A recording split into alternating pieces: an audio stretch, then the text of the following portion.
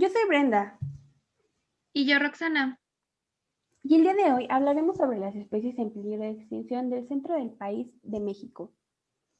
Y esto es es mexicana. Mexicanas. Bueno, comenzaremos con una especie llamada pardela de Townsend. La pardela de Townsend es un pájaro y está en peligro crítico debido a la introducción de animales domésticos como cerdos, ovejas, que destruyen sus nidos. Además, otra causa son las erupciones volcánicas que existen. Estas se encuentran en América y en las islas del Océano Pacífico. La principal causa de que las ovejas o cerdos destruyan sus nidos son que esta especie tiende a tener sus nidos entre las rocas y entre el suelo. Entonces, cuando las ovejas o los cerdos están buscando alimento, se los llegan a topar y pues ellos obviamente no van a saber qué son y los destruyen. Esa es la principal causa de que esta especie se encuentre en peligro de extinción. Claramente, pues tenemos un poco de responsabilidad nosotros los humanos porque al tener animales es nuestra responsabilidad ver en qué lugar se encuentran y tener como una supervisión, porque no únicamente porque sean animales, o sea, no es natural que esa especie se encuentre ahí y destruya el hábitat de la otra. Por eso debemos de tenerlos como en ciertos lugares y checarlos constantemente para que no coman lo indebido y esto no afecte a otras especies, porque realmente los cerdos y las abejas son especies que han sido introducidas en el hábitat de esta especie y eso es lo que ha generado que esté en peligro de extinción crítico. Nosotros como personas, como humanos, debemos saber lo que afecta a nuestro entorno e incluso pues poner límites a nuestros propios animales, ya sea en la ciudad, ya sea en el campo, porque afecta a todas las especies y en este caso afecta a a la pardela de Townsend. Aparte de que es una especie muy vieja, estamos hablando de que empezó a existir antes de Cristo, hace 1110 años antes de Cristo, o sea, tiene muchísimos años y generalmente se ha empezado a extinguir, o sea, tiene muy poquito tiempo que empezó a extinguirse y es porque nosotros introducimos animales en su hábitat natural y no lo supervisamos.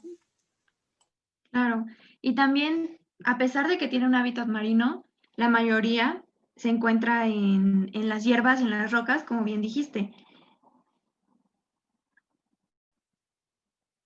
Aparte de que también puede que se alimenten de peces, y eso es algo que vamos a abordar en la siguiente especie. También los peces pequeños se están encontrando en peligro de extinción, y eso también genera que esto es una cadenita. Una especie más pequeña se va extinguiendo, luego la más grande se va extinguiendo, y así. Entonces, al final, la especie más grande ya no va a tener que consumir, y también eso va a ser otro factor para que esté en peligro de extinción. Como por ejemplo, vamos a hablar sobre el picote tequila. El picote tequila es un pez muy, muy pequeño. Su lugar de origen es el estado de Michoacán. Como es tan pequeño, pues no tendemos como a verlo y aparte se encuentra, bueno, él tiene que estar en agua dulce. Entonces muchas veces también lo podemos encontrar como en lagos o lagunitas que estén cerca de nuestras casas, o bueno, antes lo podíamos encontrar, ahorita ya no porque está en peligro de extinción. Y lo que hacen mucho las personas es como ir a los lugares donde haya agua más cercanos y empezar a pescarlos. Entonces, pescamos especies que ni siquiera conocemos porque no tenemos el conocimiento de qué especies se encuentran en peligro de extinción y cuáles no. Y entonces esto genera que también se vayan extinguiendo las especies. Y como lo mencionaba antes, si este pez se extingue, el animal que lo consumía también va a tender a extinguirse porque no va a tener otro recurso del cual alimentarse. Eh, Actualmente el picote tequila solamente tenemos 500 especies y es una especie relativamente nueva, o sea, no es como la ave que hablábamos anteriormente. Esta se descubrió en el 2000. Tiene 20 años y en 20 años hemos logrado destruirla, que es como, bueno, yo siento que es algo muy, muy rápido. Para tener 20 años, no la Sí, hemos 20 años es muy... muy poco. Y además de la pesca, yo creo que también existen otros factores de destrucción de su hábitat, como la gente que lava en los ríos, toda la basura que se tira. Entonces eso también los afecta y como son tan pequeños, pues difícil que puedan defenderse, ¿no? Sí, aparte de que también nos está afectando actualmente el cambio climático, porque la temperatura ideal para esta especie es entre 20 y 24 grados centígrados. Y sabemos que con el cambio climático, pues el clima y los grados no son como constantes y han tenido como, o sea, podemos estar a una temperatura muy baja y luego de repente subir a una temperatura muy alta y viceversa. Y esto también genera que la especie vaya disminuyendo porque no logran sobrevivir a estos cambios de temperatura tan bruscos. Y pues al final de cuentas es también un poco de nuestra culpa porque como lo mencionaba, a veces vamos a los ríos a lavar y usamos, o sea, hay jabones biodegradables que puede que no afecten tanto a algunas especies, pero hay otros de los cuales ni siquiera tenemos idea de que están compuestos y solamente vamos y lavamos ahí.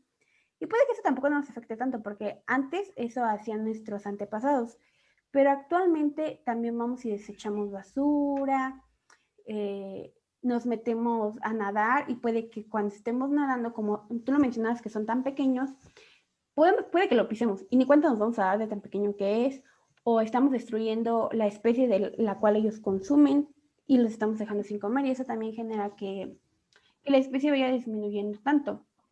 Yo O siento los que lo que, asustamos, ¿no? ajá, o Incluso. los asustamos. Estas especies tienden a, bueno, no estas, todas, tienden a cuando se asustan, se estresan y es muy fácil que una especie estresada muera. Sí, lo veíamos en el podcast pasado con la vaquita marina. Se estresaba y moría. Entonces no aguantan el cautiverio. Bueno, nosotros no logramos aguantar el estrés que muchas veces nos generamos nosotros mismos. Otra especie muchísimo más pequeña menos la va a lograr aguantar, pero siento que en este caso, como en el caso pasado, nosotros podemos poner nuestro granito de arena. En este caso, lo que debemos hacer es investigar como en los lugares donde estas especies logran sobrevivir y hacer algo para protegerlas.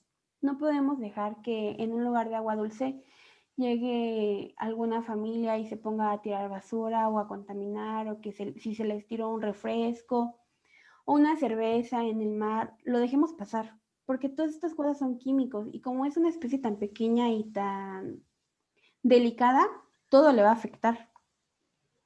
O sea, Sí, ya es un tema de cultura, de educación. de educación, como lo mencionábamos en el podcast pasado, nos hace falta muchísima educación. Así es. Pero este picote tequila se preserva en acuarios, ¿cierto? Sí, en acuarios, pero únicamente tenemos 500 especímenes, o sea, los 500 especímenes de los cuales mencionábamos no se encuentran, ¿cómo se puede decir? En su hábitat natural, se encuentran en acuarios. Es la única forma en la que se pueden preservar, también como te lo mencionaba, por la temperatura. No, nosotros no podemos en nuestro medio ambiente natural otorgarles una temperatura estable y en un acuario sí se puede lograr. Bueno, aquí la ventaja que veo es que son tan pequeños que quizá el acuario se les hace pues grande, ¿no? A diferencia de otras especies que parecería que están como enjauladas, son tan grandes que no tienen espacio, pero en este caso creo que al ser pequeño puede pues vivir bastante bien e incluso reproducirse. Claro, no es como otras especies que las tienen en otros hábitats cuidándolas, que son especies muy grandes, entonces las tienen en espacios muy reducidos y eso también les genera estrés. La ventaja, como tú lo mencionabas, es que son pequeños y pues un acuario se les va a hacer muy grande y pues van a tener una buena vida, algo que no iban a encontrar en su propia naturaleza, pero como te lo mencionaba, es muy rápido que en 20 años logremos que esta especie esté en peligro de extinción. Vamos muy rápido y pues no, ¿cómo se llama? No medimos nuestras consecuencias. Como lo mencionaba, nos hace falta mucha cultura y educación. También es como en el aspecto de la pesca. Vamos y pescamos a algún lugar, ni siquiera tenemos idea de qué especies se encuentran ahí, ni cuál es la importancia de esas especies, porque si cierta especie está en una zona es por algo. Y nosotros al introducir una especie en una nueva zona o al sacarla, estamos alterando el equilibrio de la naturaleza. Y por eso otras especies tienden a también extinguirse porque pues nosotros introducimos o sacamos especies de sus hábitats naturales. Sí, creo que sobre todo en ríos, no hay como tal un control de pesca como ya es en los mares y se puede pescar lo que sea, no importa si es prohibido, si no, porque pues realmente no hay una ley como que en ríos no se pueda pescar ciertas cosas. Exacto, por lo mismo de que son muy pequeños, tampoco no los consideran así como, ay, pues si este pez tan pequeño se extingue, no creo que sea como una consecuencia muy grande, a diferencia de un pez más grande se llega a extinguir. Pero como lo mencionamos, ya puede que suene un poco repetitivo, pero nos hace falta mucha cultura y educación, más porque llegamos a sentirnos un poco superiores a las demás especies. Entonces, no nos sentimos con el deber de respetar a la naturaleza y a sus especies. Creemos que nada más somos nosotros. Y también el hecho de llegar a introducir basura a sus hábitats. Para nosotros puede que sea una simple basurita, pero pues para ellos implica mucho. Contaminarlos es como, por ejemplo, las grandes empresas que tiran los petróleos en los lagos, mares y ríos. Están matando a muchísimas especies y el petróleo es altamente contaminante y es muy difícil sacarlo de esos lugares. Sí, es difícil mantenerlos protegidos de alguna forma porque son tan pequeños que cualquier cosa les puede afectar, desde la basurita hasta que les caiga algún químico, una gota, porque de verdad son muy pequeños. Entonces, Sí. no hace falta otra cosa más que cultura y educación O, para poder protegerlo. sí, o el más cambio, o el más repentino cambio de temperatura los va a afectar muchísimo. Bueno, ahora pasaremos con el ajolote. El ajolote es una especie mexicana que principalmente la encontramos en el río de Xochimilco. Anteriormente se hablaba mucho del ajolote. Era como una especie muy representativa de México, pero la cual estaba en peligro de extinción y esa especie está en peligro de extinción por obra de los humanos. En el río de Xochimilco tienden a pasar las lanchas con las personas y entonces las personas, como te lo mencionaba, no teníamos la cultura de si tenemos una basurita llevarla a nuestra casa y la tiraban. La contaminación que dejábamos en ese río fue lo que ocasionó que el ajolote estuviese en peligro de extinción. Aparte que como el pez, son especies muy chiquitas y muy delicadas, que cualquier cosita mínima, bueno, que cualquier cosita que nosotros consideremos mínima, a estas especies sí las va a afectar muchísimo. Claro, además en Xochimilco es algo que se ve mucho, las trajineras todo el tiempo, y nadie tiene como ese cuidado de decir, ok, estoy en la trajinera, hago mis cosas en la trajinera, pero no aviento cosas al río, ¿no? Como no se ve esa cultura. Sí, exacto, no tenemos esa cultura, aparte de que ese río está muy, pero muy, muy contaminado por toda la basura de los turistas que llegan y la desechan ahí como si fuese un bote de basura en lugar, o sea, si pudiste llevártela con algo, cargando esa basurita al inicio, que estaba más pesada, ¿por qué no te la puedes llevar de regreso si es más liviana? Porque al final de cuentas ya consumiste lo que contenía.